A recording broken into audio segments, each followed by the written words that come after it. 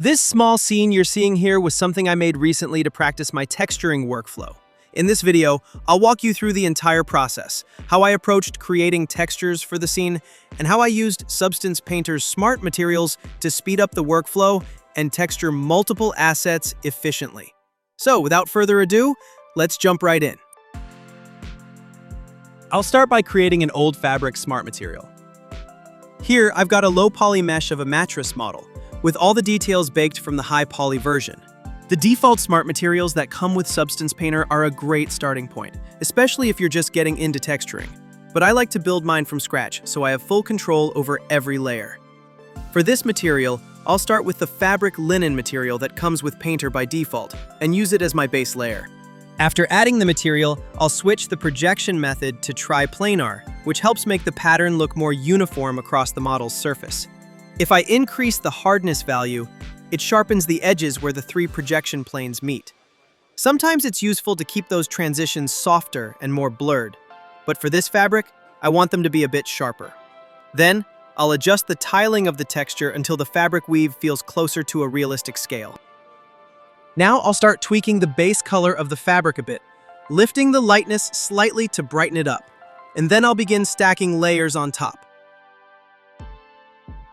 The first layer I'll add is a random color variation layer.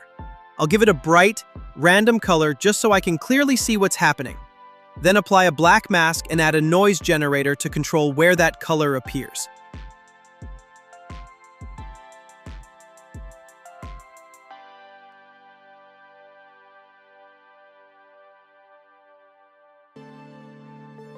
After adjusting the noise settings to get the variation I want, I'll switch the blending mode to multiply and choose a darker tone. This creates subtle shifts in color across the surface, breaking up that flat, uniform look and giving the material more light. I'll duplicate the previous fill layer, randomize the seed value in the noise generator, and slightly adjust the color tone. This gives me an extra layer of natural variation, like subtle changes in the fabric dye or wear patterns that develop over time.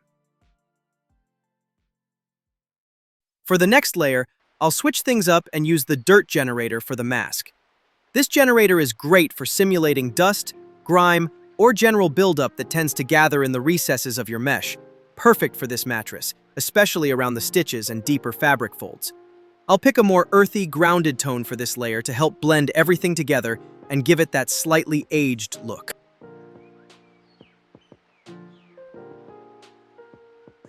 I've duplicated the previous layer but swapped the dirt generator for a dripping rust generator. This one gives a nice drippy look, perfect for simulating dried water stains, mineral buildup, or even early mold growth. To match that idea, I'll tint the layer with a muted green tone to suggest moisture exposure and organic decay. I'm still not done with the details though. When building materials, I like to follow a simple three-step structure. Base defines the material's core properties: color, roughness, surface texture. Weathering shows how time, wear, and exposure affect the material.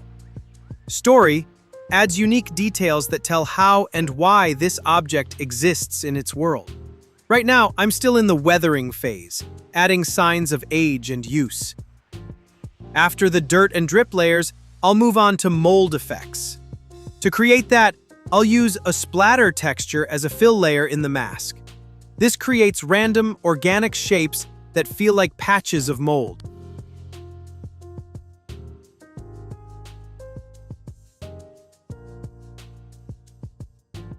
Now it's time for the story phase, my favorite part of material creation. For this project, I wanted to build a small, abandoned room, something inspired by the Last of Us main menu scene, a quiet space frozen in time, marked by decay and the memories of conflict. Every material in the scene needs to tell that story of destruction, abandonment, and the passage of time. For the mattress, that story comes through blood stains. These details instantly add tension and mystery, hinting at what might have happened here without showing it directly. I'll create 3 different blood layers, all inside a single mask for one color layer. This keeps the stack organized and efficient. One layer will feature medium splatters, another small drops, and one with a large, heavy stain to serve as the main focal point. Finally, I'll add a paint layer on top of the mask stack, set to multiply, which lets me manually refine the stains by painting directly onto the mesh. This gives me full control over where the blood appears, perfect for breaking up the procedural patterns and making the story feel more deliberate.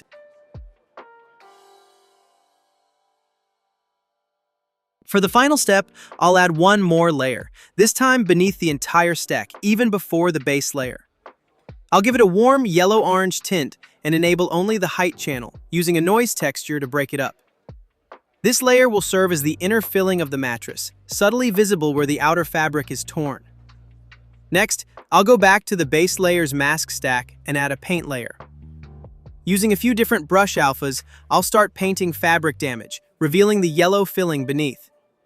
This adds the final touch of realism and narrative, the sense that this mattress has truly seen better days. Once you're done building your material, group all your layers into a folder and give it the name you want your smart material to have. Then simply right-click the folder and choose Create Smart Material. Just like that, your custom material is now saved and added to your Substance Painter shelf, ready to use in any future project. Here, I've got an old armchair model, and I'll apply the same smart material to it. All you need to do is drag and drop your material onto the model. If your mesh maps are baked, Painter will automatically adapt the material to fit. From there, you can tweak and customize the individual layers to better match your desired look or art style.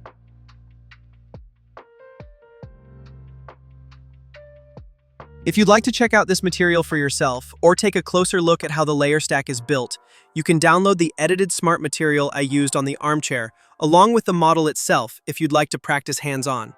You'll find everything available for free on our Gumroad page. The link is in the description.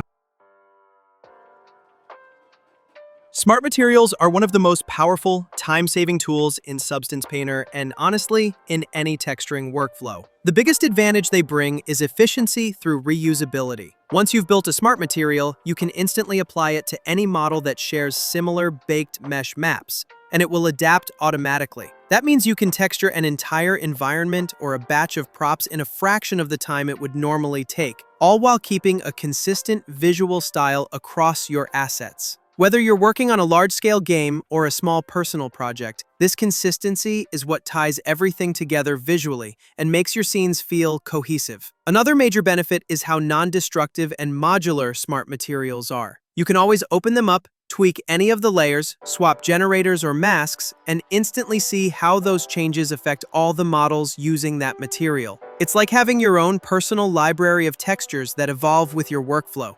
Over time, as you make more of them, you'll start building a custom library tailored to your own art style, a huge asset for speeding up production and maintaining quality. If you're serious about improving your texturing workflow, practicing with smart materials is one of the best long-term investments you can make as a 3D artist. And that wraps it up for this video. I hope this breakdown gave you a better understanding of how to approach building your own smart materials and why they're such a powerful part of any texturing workflow. Once you start making them, you'll realize how much faster and more consistent your projects can become, especially when working across multiple assets or environments. If you want to try out the material I made in this video, you can grab it for free on our Gumroad page. The link's in the description. And if you enjoyed this tutorial or learned something new, consider subscribing so you don't miss future videos like this one. Thanks for watching. And as always, see you in the next one.